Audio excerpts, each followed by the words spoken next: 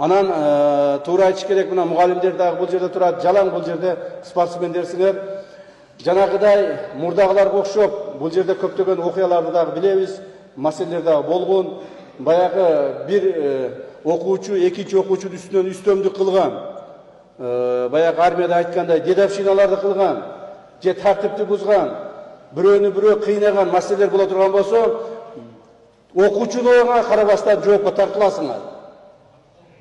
Муну мен ачык айтып коеюн. Ким күчтүү болсо күчү менен жеңип кете албайт. Күчү менен жеңгиң келсе, мына борцовский коврга чык, рингке чык, стадионго чык. Мына ошол жерде күчүңдү көрсөт.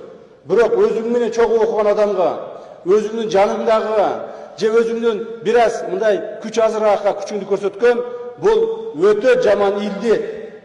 Бул илдет үчүн жооп бересиңер, урматтуу окуучулар. Мен муну ачык айтып коеюн силерге. Мына биздин урматтуу мугалимдер да ушуну түшүнүш керек, ушуну билишиңиздер керек, урматтуу мугалимдер.